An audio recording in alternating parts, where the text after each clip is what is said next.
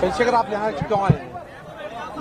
मैं यहाँ जिस समाज ने सड़कों पे उतर के इस केंद्र की सरकार को और सुप्रीम कोर्ट में बैठे जजों को ये बताने का काम किया है कि समय बदल गया है। अब अगर हम अपना ज्ञापन दे रहे हैं, अपनी बात रख रहे हैं, बंद को सफल बना रहे हैं, ऐसे ही कार्यकर्ता के तौर पे हम दिल्ली में अपनी ड्यूटी को अदा कर रहे हैं। हम दिल्ली के जंतर मंतर पे पिछले कई घंटों से अपने आंदोलन को मजबूत कर रहे हैं और ये संदेश दे रहे हैं, सारी चीजों पर नजर भी रख रहे हैं कि हम इस आंदोलन से पीछे हटने वाले अब नहीं।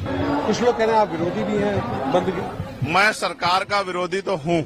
मैं आपको बताना चाहता हूं कि सबसे पहले पार्लियामेंट में मैंने इसका ललकार कर विरोध किया और सरकार को चैलेंज किया कि सरकार अब आंखें खोल ले। अब वो दिन नहीं रहे 2 अप्रैल 2018 दोहराने का मौका न दे।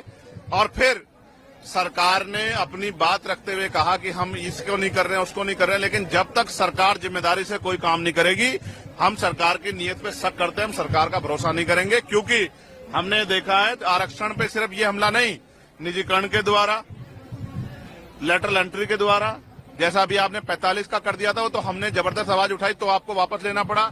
फिर ठेकेदारी के जरिए, संविदा के जरिए, आउटसोर्सिंग के जरिए जिस तरह से आपने सरकारी नौकरियों को खत्म करके आरक्षण की धज्जियां उड़ाने का काम किया, ये किससे छिपावा नहीं है। और जिस तरह से आपकी सरकारें निजीकरण को बढ़ावा दे रही हैं, पूंजीपतियों को बढ़ावा दे रही हैं, कॉर्पोरेट सेक्टर को बढ़ावा दे रही हैं, सरकारी स्कूलों को बंद कर रही हैं, नौकरियों को खत्म करें, 69 शिक्षक भर्ती में जिस तरह आपने घोटाले किए और फिर तमाम तरह से आपकी लंबे समय से नीति, आपकी आइडियोलॉजी हमने देखी। हम इस सरकार के ऊपर इनकी नीतियों पर भरोसा नहीं करते, इसलिए हमें इस सरकार की नीयत पे खोट है। डॉक्टर बाबा साहब अम्बेडकर ने कहा था, संविधान कितना भी अच्छा क्यों ना हो, चलाने वाले हाथ अच्छे नहीं होंगे, उनकी नीयत अच्छी नहीं होगी, उनकी नीति अच्छी नहीं होगी, तो अंत संविधान बुरा साबित होगा।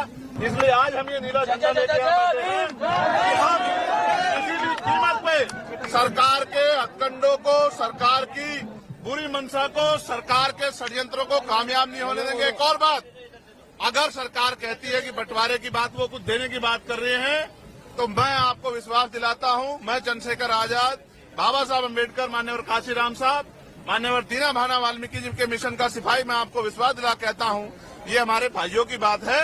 हम अपने भाइयों से इस आंदोलन के बाद टेबल टॉक करेंगे, उनकी समस्या को सुनेंगे, अपनी बात भी रखेंगे और मिलकर अपनी समस्या का हल निकालेंगे।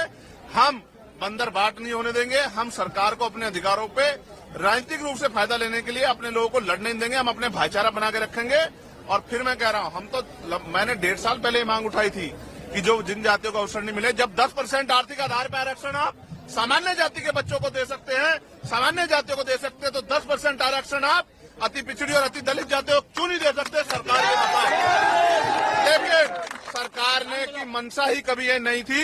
सरकार की मंशा तो जातिगत आरक्षण को खत्म करने की है। सरकार की मंशा तो जातिगत आरक्षण को खत्म करके, हमारी संवैधानिक ताकत खत्म करके, आर्थिक आधार पर आरक्षण लागू करके अपने लोगों को फायदा देने की है। सरकार की मंशा तो लेटरल एंट्री करके हमारे लोगों को सिस्टम से निकाल के अपनी विचारधारा के लोगों को सिस्टम में बिठा के, और पॉलिसी मेकिंग में जब उनके लोग बैठे होंगे तो हमारे लिए पॉलिसियां नहीं बनेंगी। इसलिए हमें सरकार की नीयत पे खोट है। हम अपने भाइयों के साथ खड़े हैं। अगर हमारे भाइयों को हिस्सा देने की बात आएगी तो हम अपना हिस्सा भी उनको दे देंगे, लेकिन सरकार की नीयत के खोट को और सरकार की प्रणालियों को हम लोग लागू नहीं होने देंगे। और अभी यह आंदोलन खत्म नहीं हुआ है। आज तो संपूर्ण भारत में भारत बंद जारी है, लेकिन 11 सितंबर को जो हमने दूसरा चरण इसका बुलाया दिल्ली में, उस दिन हम सरकार को घुटने टिकवा देंगे। अगर आज सरकार ने घुटने टेके, उसके बाद जब पार्लियामेंट का सेशन चलेगा, आप मेरी बात को याद रखना, हम सरकार को घुटने टिकवाने के लिए एक इतनी बड़ा जन समर्थन यहाँ दिल्ली में जुटाएंगे कि सरकार की आंखें खुल जाएंगी, नींद खुल जाएगी। और हम अपने आरक्षण पे, अब अपने अधिकारों पर किसी भी तरह की जो है हमला बर्दाश्त नहीं करेंगे। अपनी भाईचारे को बना के रखेंगे, अपनी एकता को बना के रखेंगे और दुश्मन की चालों को भी कामयाब नहीं होने देंगे। मैंने सरकारों को ये भी कहा है, जिस तरह लाठियां बिहार में हमारे लोगों पे मार रहे हो, हमारे लोगों को पीटने के चक्कर में एसडीएम को ही पुलिस ने पीट दिया। ये जो लाठी मारने की प्रथा है, इसका भी सूद समेत हम लोग जवाब देंगे आने वाले कल में। और आपकी लाठियों का जवाब जो है हम लोग अपने तरीके से, संवैधानिक तरीके से देंगे।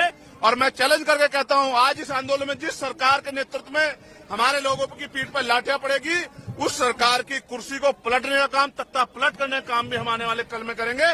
इस बात का भी मैं सरकार को चैलेंज देता हूं, मेरी बात को याद